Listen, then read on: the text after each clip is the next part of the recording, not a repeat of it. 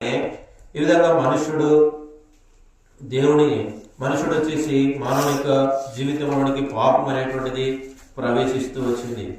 Bible గ్రంథంలో యెషయా గ్రంథం 59వ అధ్యాయంలో ఈ విధంగా రాయబడుతూ వచ్చింది. మొదటి 2 వచనాల్లో, మీ దోషములు మీకును మీ దేవునికి అడ్డముగా వచ్చెను, మీ పాపములు ఆయన ముఖమును మీకు మరుగుపరచెను.